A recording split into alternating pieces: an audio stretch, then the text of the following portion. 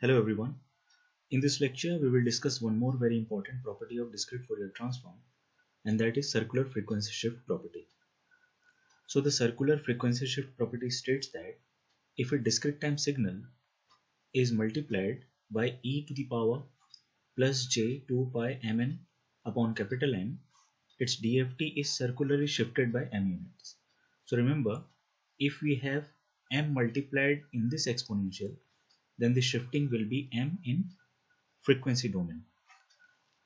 So in this lecture, we will state and prove the circular frequency shift property of discrete Fourier transform. So let us write down the statement first.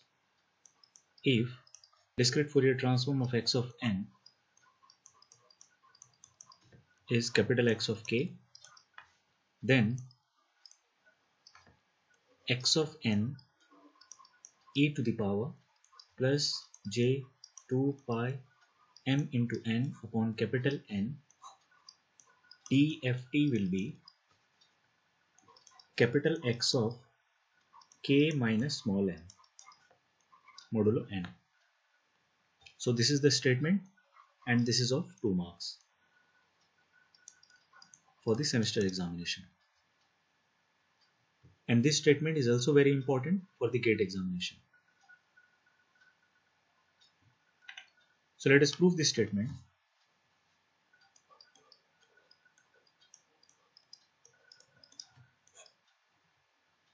So the moment we start the proof, we should write the DFT formula first. So discrete Fourier transform of x of n will be equal to summation n is equal to 0 to capital N minus 1 x of n e to the power minus j 2 pi k n upon capital N. So this is my formula for discrete Fourier transform. Now my new statement is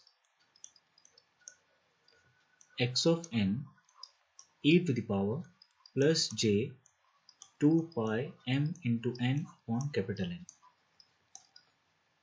So the DFT of this function will be n is equal to 0 to capital N minus 1 x of n e to the power plus j 2 pi m into n upon capital N whole into e to the power minus j 2 pi k into n upon capital N. Now this can be written as summation n is equal to 0 to capital N minus 1 x of n e to the power plus j 2 pi m into n upon capital N dot e to the power minus j 2 pi k into n upon capital N. That is n is equal to 0 to capital N minus 1 x of n.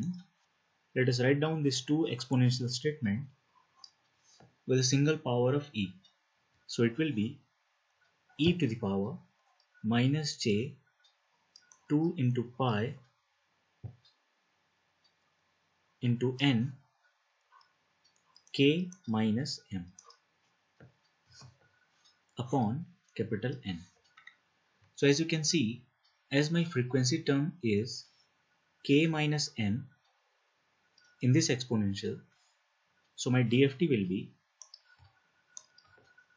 capital X of k minus n. Hence it is proved.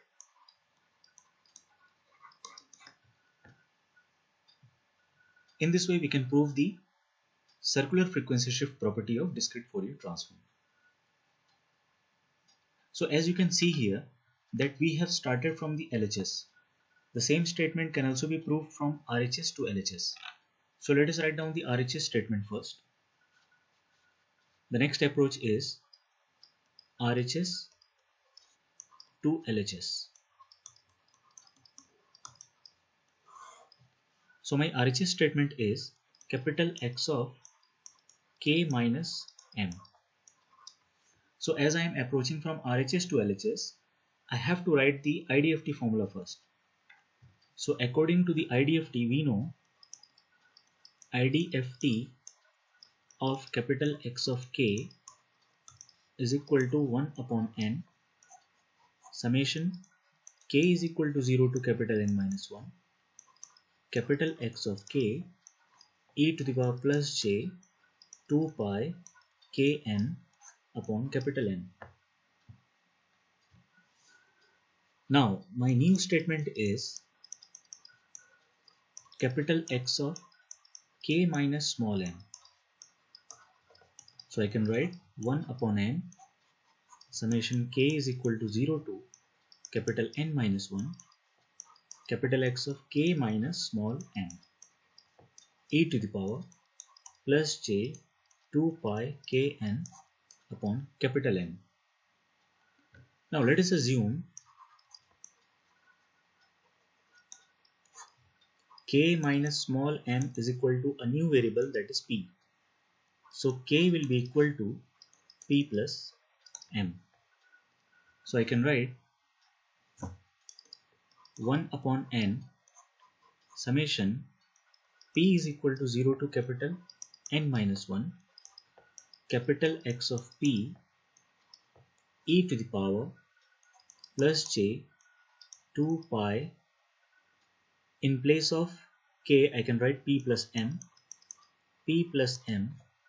upon into n upon capital N,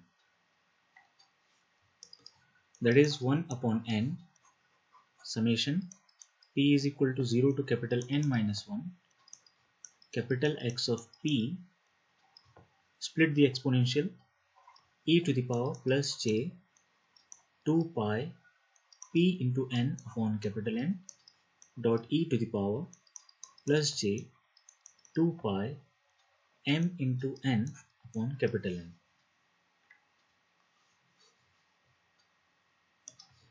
Now from here to here the statement is actually my IDFT function, and that is x of n along with this exponential which is e to the power plus j 2 pi m into n upon capital N, and this is my LHS.